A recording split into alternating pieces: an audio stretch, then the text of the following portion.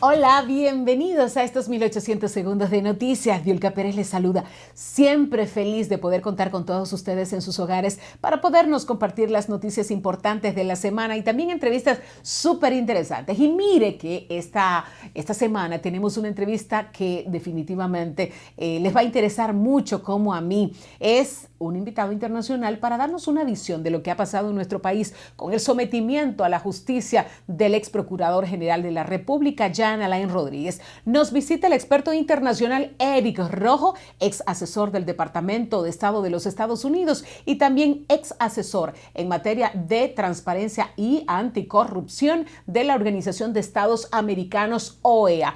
Eric Rojo tiene una experiencia internacional en Centroamérica, sobre todo de lucha contra la corrupción, y ha visitado nuestro país y conoce perfectamente nuestro sistema político, así es que con él conversamos de cómo puede este precedente, porque es un precedente este sometimiento al ex procurador, cómo puede marcar la historia política anticorrupción de toda América Latina. Hablamos con él también de la sala anticorrupción que se está estableciendo en México para casos similares a los que nos ha pasado en República Dominicana. También, por supuesto, nos da su visión de esta lucha anticorrupción y este Ministerio Público Independiente que ha establecido el gobierno del presidente Luis Abinader. No se puede perder esta entrevista, pero también tenemos la visión nacional con el jurista Eduardo Tavares, este análisis de la Operación Medusa y todos los implicados, así que usted no se puede perder el programa.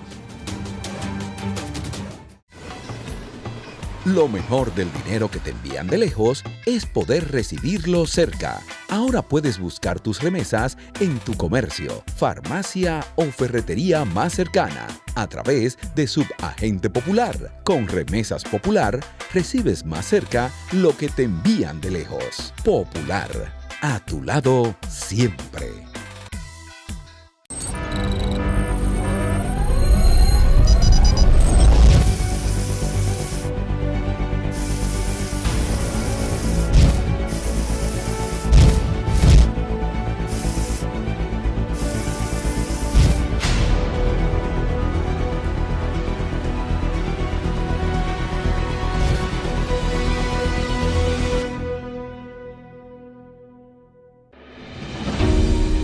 Ministerio de Industria, Comercio y MIPYMES celebramos la obtención de la certificación ISO 9001-2015, una apuesta seria a la calidad, incorporando estándares internacionales en nuestros procesos que elevan el valor del servicio público. Estamos dando pasos históricos hacia la transparencia y la eficiencia.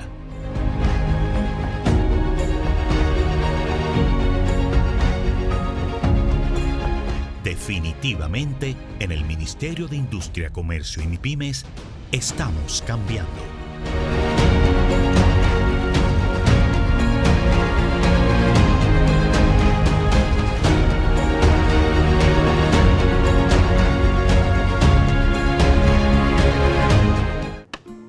¡Capi Cuba!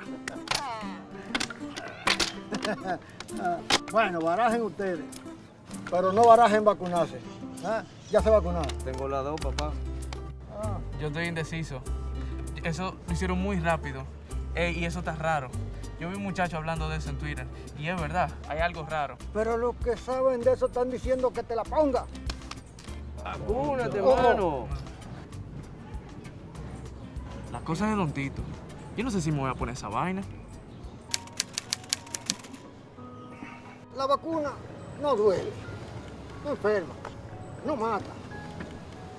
El COVID sí. Vacúnate ya. La doctora Teodora Castro nos acompaña como siempre y hoy vamos a hablar de un punto importantísimo de las empresas. Cuando hay cierre fiscal y, por supuesto, hay que repartir beneficios, ¿cuáles son las cosas a tomar en cuenta? Doctora, bienvenida. Sí, buenas tardes, Diolca. Nuestro público es nuestra materia prima, nos da la materia prima para poder trabajar el programa. El artículo 223 del Código de Trabajo establece la participación de los beneficios de la empresa. Es un 10% que el empleador deberá distribuir entre sus empleados todos los años. Esto es obligatorio. El Código de Trabajo también establece cómo deberán ser distribuidos una vez el año fiscal cierra. Y por lo general las empresas cierran su año fiscal en diciembre. ¿Por qué algunas empresas deciden distribuir esa bonificación en diciembre y no en abril, mayo o junio como otras empresas? Bueno, porque a veces cuando ya hacen su cierre de año fiscal pueden establecer cuánto ganaron. Hay otras empresas que buscan la forma de ocultar los que son los beneficios y siempre están en pérdida de uso cuando están haciendo esa a la DGI. Otras, aunque hayan hecho el reporte bien a la DGI, con los beneficios no se los otorgan a los empleados sin saber que el Ministerio de Trabajo tiene un cruce y que el empleado inmediatamente va y se expresa que no hicieron una distribución de la bonificación que es obligatoria. El Ministerio de Trabajo pues tiene a sus manos en minutos si hubo beneficio o no y le dan una copia al empleado. ¿Qué pasó con esto? Que inmediatamente el empleado tiene que no le dieron sus bonificaciones, ya el empleador está en falta, él puede dimitir del empleo y le van a dar todas sus bonificaciones, sus prestaciones laborales y daños y perjuicios. Mucho ojo con esto, empleador, que a veces por usted no distribuir, por decir 100,000 pesos entre todos los empleados que quizás le toque a 300 pesos, por eso entonces lo demanda uno y se lleva más que ese dinero. Es importante que usted tenga en cuenta también que en la nómina mensual, oígame, en la nómina mensual, en el momento que usted va a otorgar esas bonificaciones, debe también ponerlo ahí en la nómina. Porque una de las pruebas que tienen los abogados demandantes es la nómina, por ejemplo, de cierre de año fiscal de diciembre y tiene la nómina también de abril, mayo, junio, a ver si usted no otorgó las bonificaciones. Si usted puso las bonificaciones entre otros y no le pone que es bonificación, por concepto de bonificación, no podrá tener la prueba de que entregó las bonificaciones. A veces ponen otros por evadir algún par de pesos. Es a veces por evadir par de pesos. Es el 10% que usted deberá distribuir y distribuirlo según el tiempo que tengan los empleados trabajando en la empresa Vilca. Doctora, hay algunas empresas que incluso hacen esa repartición de manera discrecional. Si tú me caes bien, a ti te sale más. Es la percepción que algunos empleados tienen. Incluso me ha pasado, he trabajado en empresas donde hay gente que tiene mucho más tiempo y sin embargo hay otros que tienen menos tiempo y se le da más dinero. Sí, lo que pasa es que es directamente proporcional con el salario, Vilca. O sea, cada empleador debe primero planear, establecer cuántos empleados tiene, los valores también que paga y el tiempo que tiene. O sea, no es sencillamente, me llegó la participación de los beneficios, es el 10%, déjame distribuirlo de manera discrecional, como dice. No, esto se distribuye según el tiempo que tiene el trabajador y el salario. O sea, a veces pues son 45 días de salario que le toca, a otros le toca 60 días según el tiempo, y a otros que solo tienen meses en la empresa, pues le tocará menos. Pero esto debe ser bajo el criterio de la distribución de esa participación de los beneficios. El código es claro. Sobre la discrecionalidad, es importante que tomen en cuenta que la distribución se hace de acuerdo al salario, al tiempo que tiene el trabajador allí. Si usted trabaja menos, si usted lo que tiene es meses en la empresa, usted sabrá que los beneficios suyos son marginales, son menos. También es importante señalar que las bonificaciones o participación de los beneficios en la empresa es un estímulo también para que el empleado pues pueda rendir más en sus labores. Es importante también que el empleador con su contador pues tenga una comunicación directa. Pues a veces no todos los contadores hacen la distribución que debe hacerse. Hubo una empresa que me reportó, mire, yo vi que en un año pues le agregaron hasta el combustible y la dieta al salario. No, señores, es el salario neto. Es el salario que percibe el empleado que se le toma en cuenta para su bonificación, porque entonces tendría, como usted dice, unas personas que son las que reciben dieta, pues tendrían mucho más dinero que aquella persona que tiene quizás mayor salario base, pero que no tiene dieta. Entonces, entonces ahí pudiera suceder que un vendedor que le dan dieta para que viaje y que le dan comisiones, pues tenga mucho más dinero que un gerente, que es el que tiene toda la carga de la empresa en sí. Nosotros vamos en el próximo programa a irle detallando un poquito más, poco a poco, cómo usted pudiera sacar a flote su empresa en la distribución de las bonificaciones o participación de los beneficios de la empresa. Doctora, antes de irnos, hay algunas empresas que no entregan bonificaciones. Están justificadas en que no hubo beneficios. Hay empresas que lo que han obtenido es pérdida. Principalmente ahora, después de la pandemia, es posible, es casi seguro, que las empresas van a tener una baja en productividad y por lo tanto es posible que no haya bonificación de esa. Bueno, eso también depende del ramo, doctora, depende del ramo, porque los supermercados deberían entregar mucho más bonificaciones. Las farmacias. Hay muchísimas empresas que en vez de irle mal, con la pandemia le ha ido muy bien. Sí, pues les decía que es importante que ustedes sepan que con esto de la pandemia, pues habrán empresas que han quebrado, otras empresas que han tenido baja productividad, por lo que es posible que no entreguen bonificaciones. Sin embargo, hay otras empresas que es como, por ejemplo, la del agro, los supermercados, farmacias, toda la parte médica, que sí es posible que haya subido la productividad, incluso por las altas importaciones en productos. Es importante señalar que pues, mientras más tiempo duran las personas en la empresa, o sea, en sus casas, pues consumen más productos comestibles. Así es. Doctora, se nos acabó el tiempo. ¿Cuándo y dónde la gente la puede localizar? Nosotros estamos en todas las redes sociales y en nuestros teléfonos 809-880-7062, 682-2965 y seguimos por cita en nuestra oficina física en la calle El Conde 359, local 12A de la Plaza Lombas. Recuerde que todavía todas las asesorías son totalmente gratis. Gracias, doctora. Hacemos una pausa. Santiago Sicar, al regreso. Lo mejor del dinero que te envían de lejos es poder recibirlo cerca. Ahora puedes buscar tus remesas en tu comercio, farmacia o ferretería más cercana a través de Subagente Popular. Con Remesas Popular recibes más cerca lo que te envían de lejos. Popular, a tu lado siempre.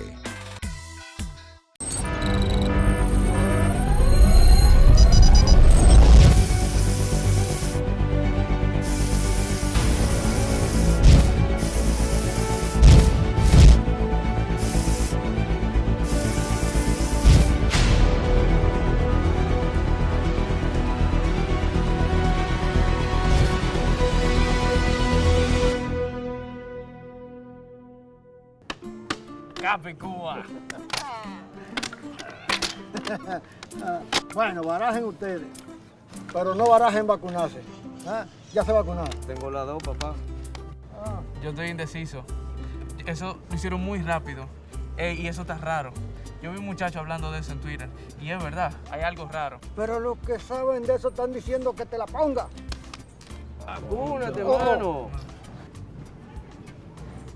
Las cosas de Don Tito. Yo no sé si me voy a poner esa vaina. La vacuna no duele, no enferma, no mata.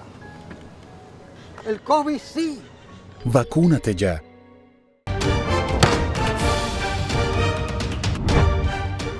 La Cámara de Diputados aprobó la solicitud del presidente Luis Abinader de extender el estado de emergencia por otros 45 días para continuar enfrentando la pandemia de la COVID-19. Asimismo, fue aprobado en segunda lectura el Código Penal que impone duras penas a la corrupción, delito electrónico, falsificación de bebidas, medicamentos y alimentos, entre otras. El presidente Alfredo Pacheco defendió la aprobación del proyecto, señalando que fue el resultado del aporte de distintos sectores y más de 11 sesiones del Pleno.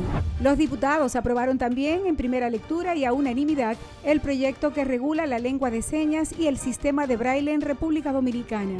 Unas 55 reuniones de comisiones fueron realizadas esta semana, entre ellas la que crea el Ministerio de la Vivienda, Hábitat y Edificaciones, así como la bicameral, que estudia la modificación integral de la ley que crea el sistema de seguridad social. Cámara de Diputados de la República Dominicana. Operación Medusa, lo que ha concentrado todo el interés en República Dominicana, una operación que lleva a un ex procurador general de la República por primera vez al banquillo de los acusados. Y aquí tengo un abogado brillante, pero sobre todo muy actualizado en los temas de corrupción en nuestro país. Me da muchísimo gusto compartir esta entrevista en el programa 1800 segundos con el doctor Eduardo Tavares, jurista, abogado, un experto sobre todo en estos temas. Doctor, bienvenido. Gracias, Yulka, y gracias a ustedes. Estoy aquí para lo que ustedes necesiten. Muchísimas gracias, doctor. Ahora vamos a conocer muchas versiones de la Operación Medusa, pero desde la óptica de un abogado experimentado como usted, ¿cómo se ve una implicación de una cabeza del Ministerio Público ahora en el banquillo de los acusados? Mire, históricamente nunca se había procesado a un procurador saliente. Ya usted puede ver cuál es la voluntad política que hay con relación en contra de la corrupción administrativa. Es decir, que no hay límites en contra de exfuncionarios y de funcionarios actuantes, vigentes, se están cometiendo o han cometido actos de corrupción en contra del Estado dominicano. Doctor, ¿qué quiere decir esto? ¿Que se están cayendo, se están remeneando los altares? Se está viendo lo que nunca se ha visto. Fíjate, ese es el eslogan que tenía Danilo, a quien le luce es ahora Luis Abinader. O sea, Danilo nunca hizo nada así, parecido. O sea, ahora Luis Abinader, el presidente Luis Abinader, realmente está demostrando que hay una verdadera independencia en la justicia dominicana, partiendo desde su brazo ejecutor, que es el Ministerio Público. O sea, él nombró, designó un Ministerio Público a la cabeza, independiente, y todos sus adjuntos, y así se ha venido demostrando. Es decir, que realmente estamos ante una señal clara, precisa y contundente de que no se va a empañar ni se va a encubrir nada que tenga que ver que maltrate los bolsillos y el patrimonio del Estado dominicano. Y hay que hacer una salvedad, que a mí me gusta siempre hacerla en este programa. La corrupción no es solamente dinero, la corrupción no es solamente que se llevaron un botín, la corrupción es que por llevarse ese botín muere gente en los hospitales, hay gente que no se desarrolla porque no se educa, porque la corrupción quita derechos. Pero volvamos al caso.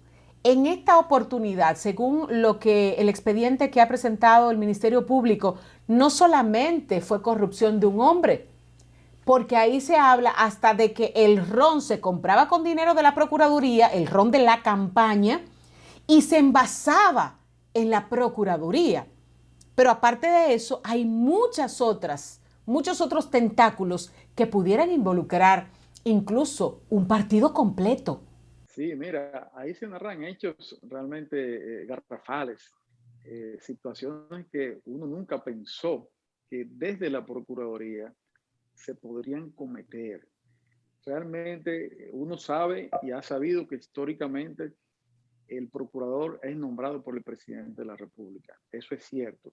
Pero siempre se ha tratado de respetar un poco el tema de la imagen de un procurador frente a quien lo nombró el presidente de la República y de su partido. Pero los hechos narrados que hay aquí, hasta de borrar datas, de promover campañas políticas y personales del ex procurador, contratar y hacer ver como que se dieron cursos que realmente nunca se dieron, contratar vehículos que nunca se utilizaron. Realmente promover sobre todo, fíjate, Diulca, y a los televidentes que van a ver este programa, que están viendo este programa, es muy importante señalar que no solamente en este caso se está combatiendo la corrupción del tema de las compras que hacen las instituciones del Estado. Es ahí donde está el principal ahora ataque que se le está haciendo a la corrupción, porque hay mecanismos legales, pero que al final son conducidos ¿para qué? Para defraudar y defalcar al Estado. Mecanismos legales, hoy te repito. O mecanismos que parecen legales, Eduardo. No, mecanismos legales, te voy a decir, pero el fin es espurio. Te explico. Dentro de los comités de compra de cada institución hay umbrales que son definidos ya según el monto de lo que se va a comprar. Entonces, para no llegar a una licitación pública, entonces hacen comparación de precios. Entonces, hacen 2 comparaciones de precios para no tener que llegar a una licitación pública. Cuando el monto es menor de lo que establece la licitación. Exactamente, ese umbral de la licitación. ¿Para qué? ¿Por qué? Porque la licitación tiene un procedimiento de mayor publicidad, de mayor veeduría de la ciudadanía, donde ellos tienen que subirlo a un portal, donde hay que publicarlo en el periódico, donde hay un procedimiento un poco más riguroso que la comparación de precios. Donde tienen también que aceptar a otros oferentes, aunque no le guste. O sea, es una compra más dirigida cuando es comparación de precios. Entonces, por eso, fíjate, ellos lo hacen y lo reducen de manera precisa, y eso es parte de la acusación, a los fines de ¿qué? De encajar dentro de la parte legal, pero el fin es el que defraudar, de que lo estén dando seguimiento y el público se pueda dar cuenta de que realmente la intención no es quedar bien, sino ellos poder posicionar al proveedor que ellos tienen ya preseleccionado con relación al servicio o la compra de un producto, de una obra que ellos ya saben que se la van a asignar a alguien de manera directa. Entonces, eso es parte de este entramado. Hay parte del entramado, como te digo, con personas que se dejaron o no, pero fueron asociaciones que se llaman asociaciones de malhechores. Así es tipificado por el Código Penal, cuando 2 o más personas se reúnen con un fin ilícito. Bien, no importa si es para defraudar al Estado o a un particular. En este caso, entonces, es en contra del Estado dominicano.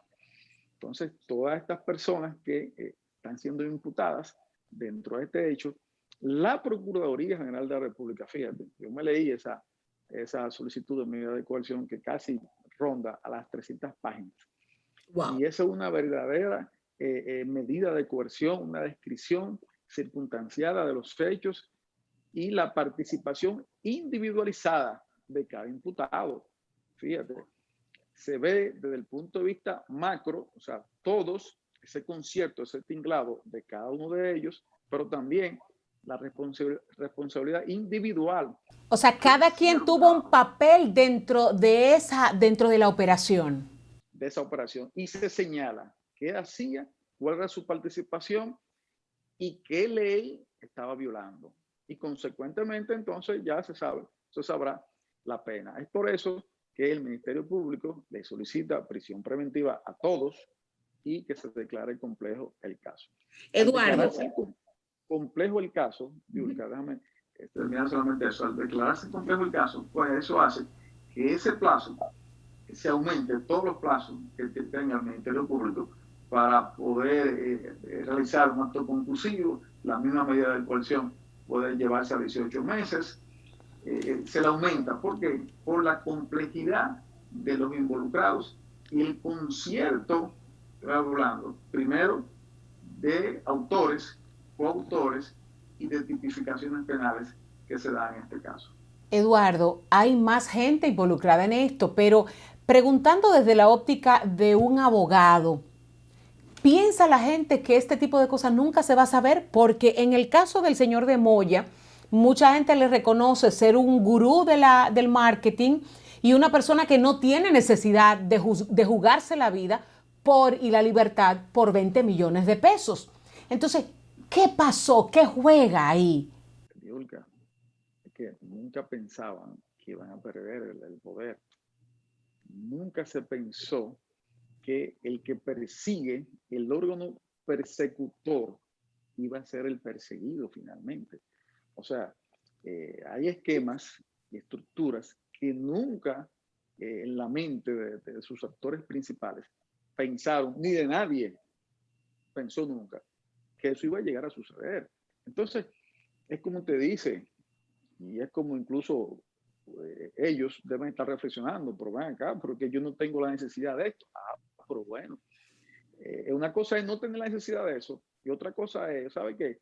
Tener el apoyo del principal aparato persecutor del Estado, que es la Procuraduría General de la República. Tener ese apoyo, todo el mundo quisiera tenerlo.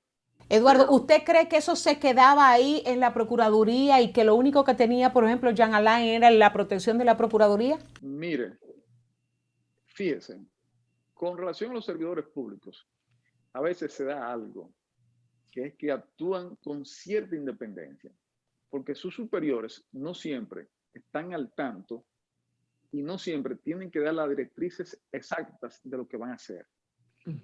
Sin embargo, obviamente que él respondía a un mandato no preciso de actuaciones individuales, pero sí de una línea. O sea, eso es innegable. Y muchas veces, usted recuerda incluso hasta chistes que se han hecho con algunos aduladores de Trujillo, que Trujillo simplemente preguntaba por ¿dónde está Juan Pérez? Juan Pérez está en su casa. Ahí él sigue vivo. Entonces, el que oyó eso pensó que el general lo está mandando a matar. O sea que a veces hay interpretaciones que se dan que no podemos juzgar. ¿Sabe? Entonces, por eso es que desde el punto de vista penal, Diulka, cada quien es responsable por su hecho.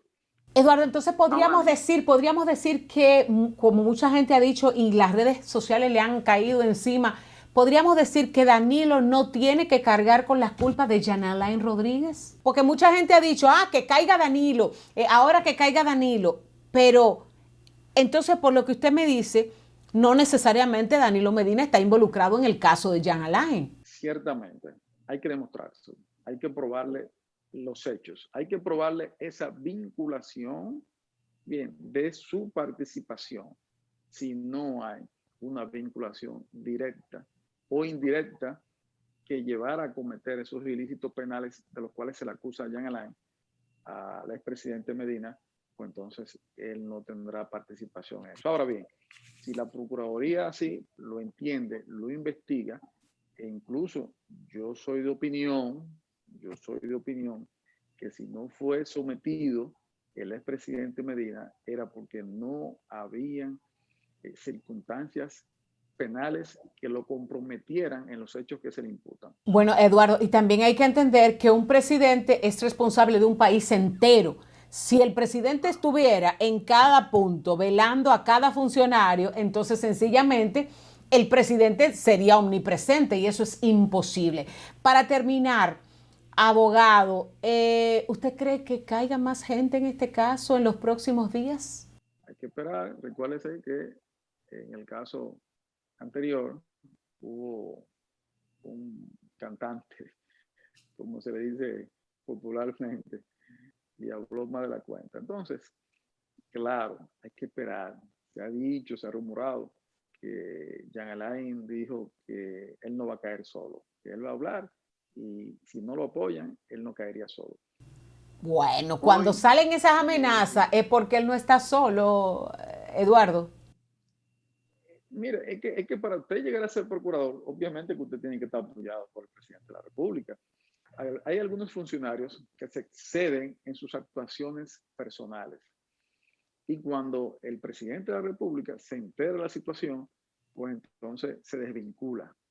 ¿Por qué? Porque obviamente quizás ha entendido que ha sobrepasado el mandato que le dio de legalidad. Entonces, cuando usted ve que un funcionario de esa categoría, un partido, al día de hoy, no lo ha defendido como se esperaba, es porque realmente parece que hay hechos graves, muy individuales, que no están siendo apoyados por su partido. Qué bueno ver esta visión, pero otra cosa, Eduardo, otra cosa importante. Quizás hay mucha gente ahí que no se ha querido pronunciar para no implicarse. ¿Podría ser esa una posibilidad? No. Fíjense, los partidos políticos y cualquier cuerpo siempre tienen un espíritu del mismo, de cuerpo. Los partidos, los consejos, el Congreso de la República, cualquier unidad donde se ataque a uno de ellos, normalmente salen en defensa todos. ¿Por qué? Porque realmente esa es la mística de la unidad. Si están atacando a uno de los míos, pues yo tengo que defenderlo. Entonces, esa es la garantía. La gente ha convertido las redes sociales en una especie de paredón. Y he visto mucha gente comentando, pero Jean Alain, ahora tú no lloras, pero cuando estabas con Miriam Germán, la agrediste, bla, bla, bla. Me da la sensación, leyendo muchos de esos comentarios, que la gente piensa que el sometimiento que se le ha hecho a Jean Alain es porque maltrató a doña Miriam Germán en el Consejo Nacional de la Magistratura. Como abogado, me gustaría que usted le aclarara a la gente que él no está sometido por lo que hizo en el Consejo Nacional de la Magistratura, que dicho sea de paso, aunque estuvo muy mal y todos lo condenamos, eso no conlleva un proceso como este. Es cierto, es así, totalmente cierto. Ahí no hay una retaliación personal, incluso ella se ha inhibido con relación a ese proceso, ella no tiene participación directa con relación a esa persecución que se le hace al ex procurador Jean Alain Rodríguez. No obstante, Diulca, fíjese, somos humanos. Y donde se busca, se encuentra. Y si se busca con ganas, muchísimo más. Claro, por eso es que si usted tiene una casa, como dicen, de cristal, entonces no tires piedra. ¿Por qué? Porque al final, cuando te devuelvan, te van a romper tu casita. Entonces, él atacó a la ex jueza en ese momento y hoy magistrada procuradora de la República de una forma descortés y despiadada y sin ningún tipo de, incluso de respeto de que eran homólogos en el sentido de que él era procurador y ella jueza. Y mire, aquí difícilmente en este país, le voy a decir algo, todos lo saben, una auditoría de una institución pública pasa sin inconsistencias contables de la Cámara de Cuentas. O sea, es muy difícil que una institución pública, y no es que, como ya usted dijo, no es que tenga a veces la intención, sino hay violaciones de procedimiento. Entonces, ¿qué pasa? Que en ese caso, como usted dice, no se trató de lo que pasó en esa discusión ahí, de que él la acusó de que tenía, qué sé yo, bienes y eso que no podía explicar. No. Ahí se trata de una desnaturalización total de la Procuraduría General de la República. O sea, la usó como comando de campaña, contrató cosas que no debía contratar, pagó servicios que nunca se efectuaron.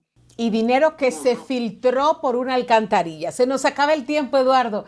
Gracias por estar con nosotros, el jurista Eduardo Tavares. Prometemos que la próxima visita será ya presencial, si el COVID, por supuesto, nos deja. Si Dios lo permite, sí. Un abrazo, Eduardo. Gracias por siempre estar.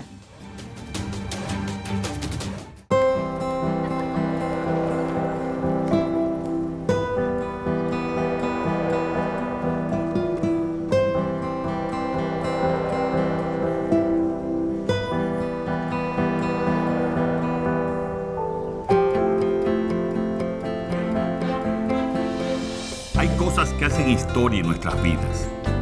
Por eso, estamos enfocados en atraer inversiones que generen empleos bien pagados. Porque sabemos lo que significa un buen empleo para ti. Ya estamos vacunando. Ahora vamos por 1 millón de empleos. Juntos, hagamos historia. Estamos cambiando.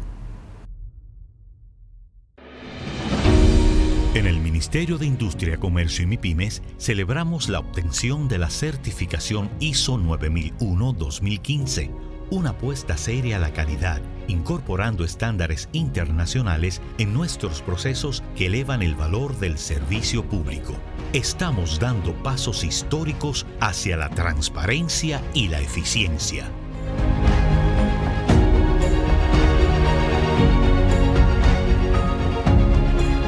Definitivamente, en el Ministerio de Industria, Comercio y MIPYMES, estamos cambiando.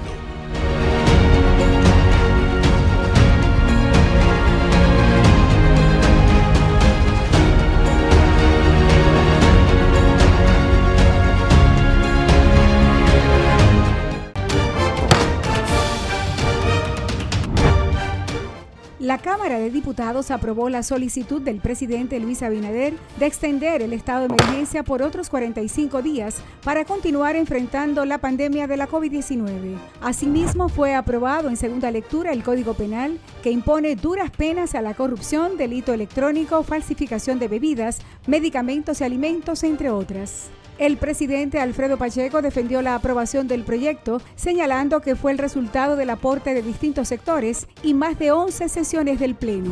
Los diputados aprobaron también en primera lectura y a unanimidad el proyecto que regula la lengua de señas y el sistema de braille en República Dominicana. Unas 55 reuniones de comisiones fueron realizadas esta semana, entre ellas la que crea el Ministerio de la Vivienda, Hábitat y Edificaciones, así como la bicameral, que estudia la modificación integral de la ley que crea el sistema de seguridad social. Cámara de Diputados de la República Dominicana. Señores, y como les había anunciado desde el principio de nuestra entrevista, qué bueno poder tener una visión internacional de lo que está pasando en nuestro país y cómo se refleja en el resto, sobre todo de América Latina. Me da muchísimo gusto recibir en nuestro programa 1800 Segundos a Eric Rojo, ex asesor en materia de transparencia y corrupción, tanto de la Organización de Estados Americanos como del Departamento de Estado de los Estados Unidos. De nacionalidad estadounidense, también de origen sus padres de origen mexicano, o sea, tiene una muy buena parte latina. Bienvenido, Eric, a nuestro país, bienvenido a nuestro programa. Muchísimas gracias, un gusto de estar con ustedes y por lo menos en transmisión de la visita que hice hace 2 años a tu bello país. Bueno, eso significa que conoce gran parte de nuestro país, no solamente en materia física del lugar, sino también de la idiosincrasia del dominicano. Y el tema que nos ocupa, Eric, y la experiencia con la que usted cuenta, ¿cómo podría? Ya sé que usted está al día con lo que pasa en nuestro país, con lo que ha pasado, que nunca se había visto en la historia de la República Dominicana, el sometimiento a la acción de la justicia de un procurador general, quien fuera el jefe del Ministerio Público, ahora está siendo sometido por el Ministerio Público. ¿Cómo usted ve acciones como estas en un país tan peculiar de América Latina como República Dominicana? Mira, es algo muy importante porque todos los candidatos políticos en América Latina prometen, ofrecen de ser el candidato anticorrupción. Y lo único que vemos es impunidad, porque es lo que dicen en México, jarabe de pico. Pero a la hora de la hora no persiguen a nadie. Entonces, este modelo dominicano es algo que sí, me alegra que me hayas invitado porque hay que publicarlo en toda la América y en todo el mundo, porque la corrupción chiquita o grande es corrupción y se da en todas partes. Hay muy pocos lugares exentos de corrupción, pero en América Latina el flagelo ahorita está haciendo la vida más difícil y vemos muchos ejemplos de los resultados de la corrupción. Eric, ¿a qué se podría atribuir que los gobiernos, a pesar de que prometen en campaña una lucha, a pesar de que haya cambios de gobierno, nunca se establece esa lucha? O por lo menos hasta ahora. porque al final del día es la ambición de poder, el poder hacer promesas que no se tienen que cumplir ya que está uno en el poder, pero que el pueblo que sale a votar, cuando no hay apatía, están esperando que alguien cumpla. Pero Eric, ¿por qué no cumplirla si al final de cuentas, cuando un partido llega al gobierno, cuando ya tiene la administración de un estado, tiene el poder para hacer esos sometimientos? ¿Por qué razón? ¿Podría haber una connivencia entre partidos políticos? ¿Podría haber una historia que continuar de corrupción? Exactamente.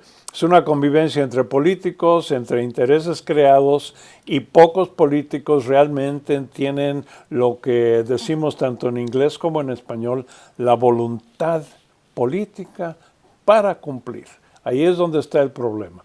Entran al poder, se ven los intereses, siempre hay demasiado dinero, hay demasiada oportunidad de hacerse más ricos y se pierde la voluntad de realmente traer a la justicia y demostrarle al pueblo, que es el que paga los impuestos, que es de donde viene todo el dinero de la corrupción, que hay alguien que realmente va a cumplir, y esperemos que ese dinero se invierta en lo importante, que es educación, que es seguridad. Si vemos los problemas del llamado triángulo ahorita de Guatemala, Honduras y El Salvador, hay gran corrupción, hay la huida de ciudadanos por la falta de seguridad y por la falta de oportunidad económica que están pasando por México, llegando a Estados Unidos, pero es porque a pesar de las promesas que han hecho los presidentes, o resultan ser corruptos o no invierten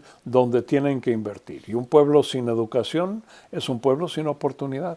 Usted en sus estudios de nuestros países necesariamente tendrá la experiencia de escuchar que en muchos lugares se dice que Estados Unidos dicta muchas veces la política en nuestros países. La política anticorrupción, ¿usted piensa que pudiera tener la intervención de los Estados Unidos de alguna forma? La intervención de Estados Unidos, aunque nuestra historia es muy mezclada, ha sido más por intereses internacionales que meterse en cuestiones internas, con excepción de la invasión de Nicaragua en el siglo XIX, que fue un error, guerras con México que van y vienen, pero la intervención de Estados Unidos siempre ha sido en apoyar transparencia. Las misiones que yo he ido a Costa Rica, a Colombia, a la última fue a Paraguay, fue precisamente para promover la transparencia, para tratar de llevar el mensaje que cuando no hay corrupción hay progreso económico, que realmente, aunque mucha gente se sienta feliz siendo corruptos, realmente pone al país a un atraso muy grande. No, y sobre todo le quita beneficios que la gente pudiera tener del Estado y que el Estado tiene la obligación de suministrárselo.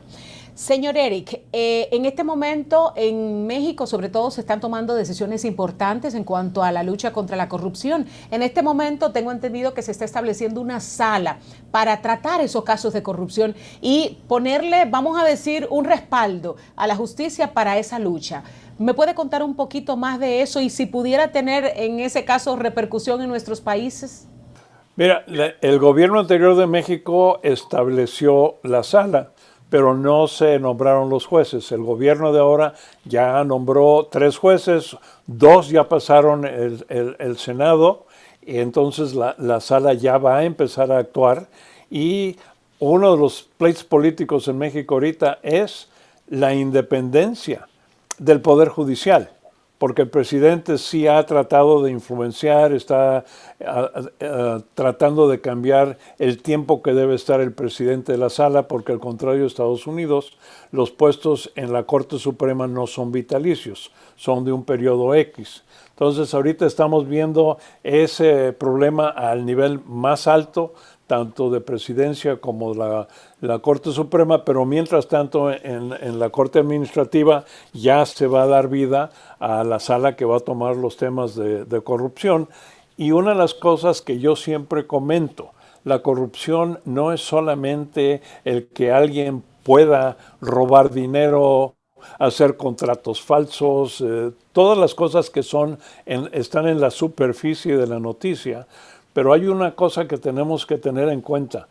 La corrupción a nivel estatal es en función directa de la ineficiencia de la función estatal. Cuando la población necesita apoyo del gobierno y no lo hay porque parte de la corrupción es poner gente incapaz, que no está bien preparada para hacer los trabajos, empieza la danza de la oferta y la demanda, porque hace falta dos para poder bailar. Tiene que haber necesidad, de ahí nace la oferta, nace la demanda. Entonces, los actos de corrupción vienen en muchas formas.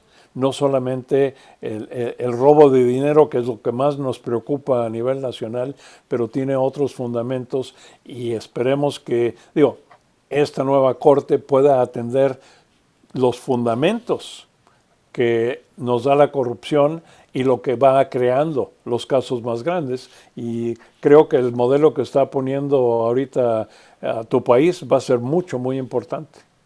Estamos conversando con Eric Rojo, ex asesor tanto de la Organización de Estados Americanos en el plano ya de transparencia y anticorrupción, así como del Departamento de Estado de los Estados Unidos. Volviendo a República Dominicana y a nuestra región, Eric, se habla de que en Estados Unidos, por ejemplo, se arma un tremendo escándalo si alguien comete actos de corrupción con $3,000, $5,000, $10,000, vamos a decir hasta $1 millón.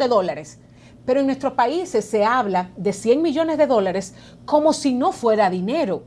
Esa misma situación se ve en otros países de América Latina, que ya la corrupción llega a un nivel que ninguna suma sorprende al país. Así es. Y mira, eso es muy importante lo que comentas. En Estados Unidos, la cultura nacional está en contra de la corrupción, tanto la población como las entidades de gobierno, y siempre que se descubre, se castiga sin importar qué tan alto sea la persona.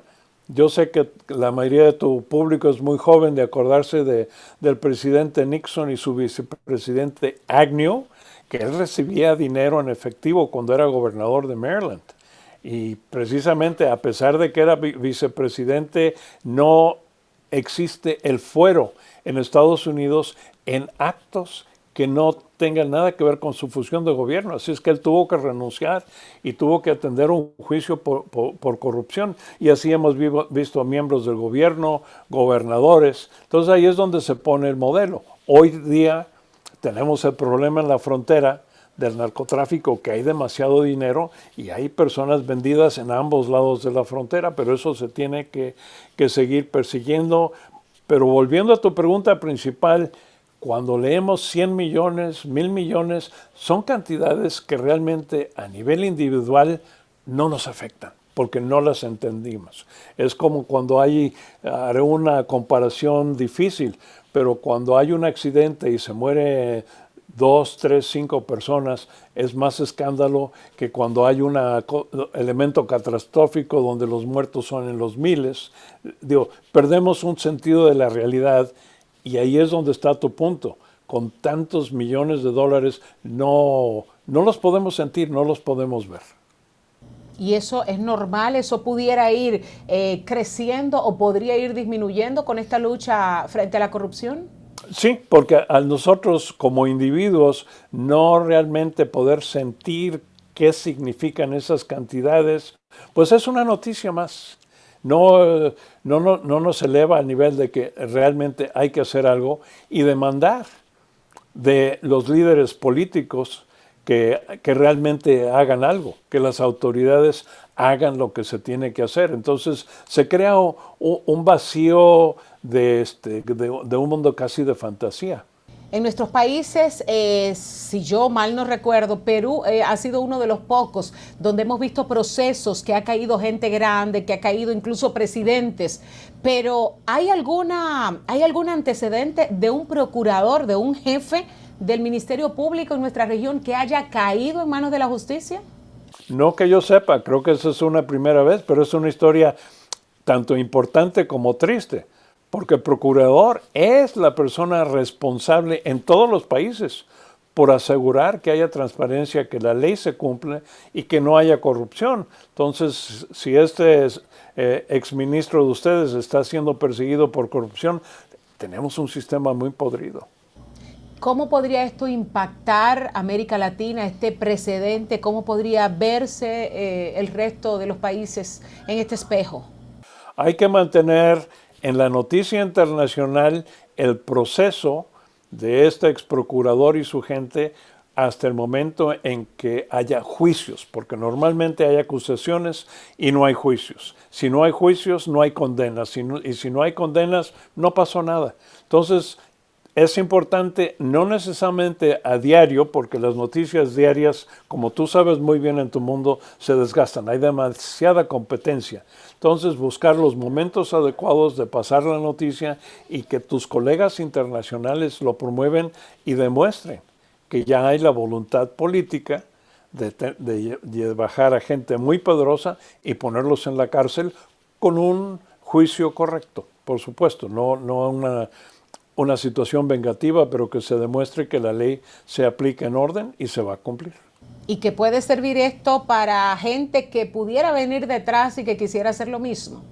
Exactamente, debe ser el ejemplo para ellos de que si no van a cumplir con la ley, que si no son personas que en su convicción personal están comprometidas a la transparencia y no a su ganancia personal, no deben de estar en el puesto. También es importante hacer la investigación de antecedentes, como se hace en Estados Unidos con el FBI, de que las personas hayan sido honestas o no honestas en todo lo que han hecho en su vida antes de que se les den puestos importantes en el gobierno.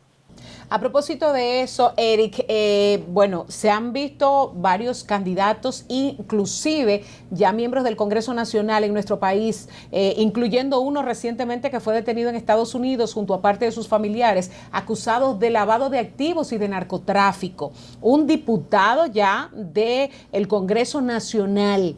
Este tipo de fenómenos que se ha visto aquí, se ha visto en México y en otros países de América Latina, cómo impactan la política que se hace cada vez más cara en nuestros países y que entonces permite que se filtren estos recursos, porque no son solamente los candidatos, se filtran los recursos.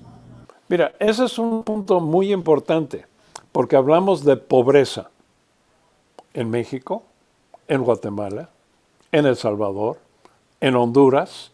A mí me tocó ver unos casos en Costa Rica, pero Costa Rica, de los países de Centroamérica, no es un país pobre, pero también lleno de corrupción. ¿Cómo es posible que llamemos a estos países pobres cuando, como mencionas, hay cientos de millones de dólares que se pueden robar? Entonces, los países en sí no son pobres, ninguno, sino están llenos de pobres precisamente por la mala distribución de la educación que impide una buena distribución de la riqueza con oportunidades de crear negocios, crear empleos y tener gobiernos que realmente su función y su compromiso debe de ser la mejora del país, la educación de su pueblo. Pero regresemos a la filosofía antigua muy bien aplicada ahora en Venezuela. Mientras más ignorante es la gente, más van a votar por estos extremistas. Es lo que predicaba Hugo Chávez. Si educo a mi gente, se vuelven clase media. Si se vuelven clase media, ya no van a votar por mí. Wow, pero eso es en cierta manera suicida para un pueblo. Para el pueblo sí, pero no para la clase de poder. Eric, el gobierno dominicano en este momento, como le decía, no solamente ha sometido a gente de la antigua administración, sino que también ha sometido gente de su misma administración, incluso de su mismo partido, como es el caso del diputado que le menciono, que está sometido en Estados Unidos y que ha tenido aunque no fue sometido exactamente por el gobierno, pero ha tenido todo el apoyo, toda la información que se ha necesitado para este proceso la ha tenido. Incluso se ha puesto todo lo necesario en manos de la justicia. ¿Esto pudiera marcar un precedente en nuestros gobiernos de transparencia? Es lo que esperamos, Digo, esta es una noticia que todos debemos de compartir con buena esperanza, pero también tenemos que ser realistas. Hay personas de gobiernos anteriores y en este gobierno que se sienten amenazadas por esta transparencia, por esa búsqueda de justicia, lo cual va a poner en peligro desde la vida del presidente y a aquellos que lo apoyan a él, porque hay intereses que no quieren que haya esta transparencia. Entonces hay una, vamos a decir, hay un nivel entre el presidente anticorrupto, los intereses intermedios y el pueblo. O sea, ¿eso pudiera incluso poner en riesgo la vida de un presidente? Seguro. Digo, si vemos la historia, muchos líderes buenos han sido eliminados precisamente porque hay otros intereses que no quieren que cambie el status quo, y aquí él está rompiendo el status quo. ¿De dónde se podría encontrar esa fuerza, esa protección para un presidente que quiere hacerlo bien? ¿Del pueblo, de sus funcionarios, de los estamentos militares? ¿De dónde pudiéramos lograr esa protección? Bueno, la primera protección es la protección personal que deben de tener todos los presidentes para asegurarse, que ni un loco ni alguien fuera de orden trate de atentar contra su vida, pero al mismo tiempo los servicios de inteligencia de la Procuraduría, de la Presidencia y de las Fuerzas Armadas deben de ser personas comprometidas a la justicia y a la transparencia para asegurar que este proceso que empieza ahora se siga limpiando y se limpien ellos mismos. Y que los pueblos lo asimilen sobre todo. Eric, antes de irme, una pregunta más. Se habla de que muchos de las personas que han robado dinero en nuestros países, incluyendo República Dominicana, han invertido muchos de esos recursos y lo han lavado en moneda digital. Usted es experto también en seguridad cibernética y nos gustaría que nos hablara de cómo puede la corrupción apañarse de esa moneda, de ese mercado digital, y cómo pudiera la corrupción también tener recursos allí. Una pregunta muy importante precisamente, porque la moneda digital es muy controversial y vamos a ver el experimento en El Salvador. ¿Por qué es que El Salvador ha aceptado a la moneda digital como algo normal? Y se está viendo que, como dices tú, hay mucha corrupción. Ahí es donde es muy importante algo que no hemos tocado, que es la ciberseguridad, donde tenemos que tener un grupo dentro del Banco Nacional, la Tesorería Nacional, quien maneje las finanzas del país, que sepan investigar junto con el FBI y el Interpol, que están todos ligados buscando precisamente las ligas de lavado de dinero para precisamente recuperar esos fondos y poner en la cárcel a aquellos que están ahí. Y esa recuperación de fondos para poderlas reinvertir en el país. Pero ¿se pueden recuperar? ¿Se podrían recuperar esos fondos o habría que hacer un esquema casi extraterrestre? No. Se siente extraterrestre porque la cibermoneda muy pocos la entienden, es sujeto a muchas leyendas, pero no está sujeto a un descontrol total, y las autoridades cibernéticas están viendo más y más en esto cada día, la Tesorería de Estados Unidos, pero tiene que ser un esfuerzo conjunto internacional para poder pescar los hilos sueltos. Cuando hubo hace unos meses el chantaje de un gasoducto en Estados Unidos, se pagó dinero, se pagó cibernéticamente y tengo entendido que ya casi todo se recuperó. Entonces no es un mundo sin llave. Las llaves están ahí, hay que seguirlas buscando y seguir atacando. Eso significa que los tentáculos de la corrupción pueden ser alcanzados en cualquier lugar, incluso en esos lugares que no podemos tocar. Exactamente, pero tenemos que tener en cuenta que lo que llamamos el Internet negro es igual de poderoso que el resto de nosotros, porque ellos constantemente están buscando vulnerabilidades, puertas donde abrir. Hoy en día la seguridad cibernética está mano en mano con la seguridad física, pero la seguridad cibernética da lugar a mayores pérdidas. Tú puedes perder tu empresa completamente sin que nadie toque tus oficinas, sin que nadie toque tu fábrica, sencillamente al robarse los datos y las cuentas de banco. A los países a blindarse en ese tema que está muy de moda y que definitivamente puede servir mucho para bien y puede servir mucho para mal. Eric Rojo, experto internacional, ex asesor de la Organización de Estados Americanos en materia de anticorrupción y también en materia de transparencia, igual asesor, ex asesor del Departamento de Estado de los Estados Unidos. Gracias por estar con nosotros. Un gran placer de estar contigo y a la orden cuando me invites de nuevo, ya sea cibernéticamente o algún día otra vez en persona. Excelente, pues esperamos que, bueno, cuando esto se abra un poquito más y la pandemia ceda, podamos recibirlo en nuestro país. Un placer muy grande. Igualmente. Hasta luego.